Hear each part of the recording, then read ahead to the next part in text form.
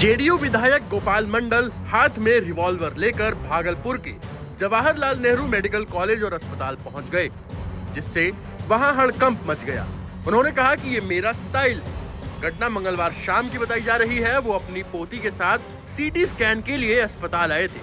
जब किसी ने उनसे रिवॉल्वर के बारे में सवाल किया तो उन्होंने कहा कि इसे हाथ में लेकर नहीं चलेंगे तो क्या कमर में रखेंगे। गोपाल मंडल ने अपनी सांसदी का दावा भी ठोका, जिसके बाद वो चर्चा में आए। विधायक गोपाल मंडल ने जाति आधारित सर्वेक्षण रिपोर्ट की तरफ इशारा करते हुए कहा कि अतीत में अपराधी मेरे पीछे थे और इसीलिए मैं हथियार रखता था। अब राजनीतिक लोग मेरे पीछे पड़े हैं। वे जानते हैं कि मैं अगले चुनाव में सांसद बनूंगा और इसलिए वो मेरे पीछे हैं। पिस्तौल विवाद पर गोपाल मंडल ने कहा, आत्मरक्षा के लिए हाथ में रिवॉल्वर पकड़ रखी है। अगर कोई यहाँ या कहीं भी मेरे खिलाफ कुछ भी दुस्साहस करेगा तो मैं उसे गोली मार दूंगा। हमारे समुदाय में मुझे वोट देने वाले मतदाताओं की संख्या सबसे ज्यादा है और वही मुझे सांसद बनाएंगे। रिपोर्ट्स के मुताबिक उनकी जाति की आबादी क्षेत्र में सबसे ज्यादा है। इस दौरान उन्होंने अपनी पोती के सीटी स्कैन के बाद बताया कि रिपोर्ट नॉर्मल है।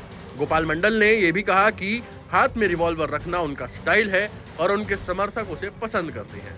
वैसे गोपाल मंडल का विवादों से पुराना नाता रहा है। उनके विवादित बयानों की बात करें तो अपने ही मुख्यमंत्री के बारे में उन्होंने कहा था कि सरकार गिर जाएगी। कभी अपनी पिस्टल से लोगों को मारने की धमकी देते हैं। गोपाल मंडल कहते हैं कि नेता बनने के लिए दबंग होना जरूरी है। ट्रेन में अंडरवेयर में गोपाल मंडल के घूमने पर भी काफी विवाद हुआ था। मरीज के इलाज में देरी पर एक डॉक्टर को AK-47 से भून देने की धमकी दी थी। डीएसपी मुख्यालय को गंगा में फेंक देने की भी धमकी दी थी।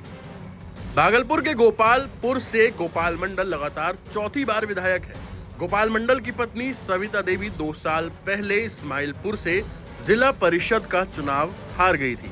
2022 में भागलपुर से मेयर का चुनाव भी उनको लड़वाया, जहां वो चौथे नंबर पर रही। टाइम्स नाउ नव भारत डिजिटल ओरिजिनल्स की रिपोर्ट।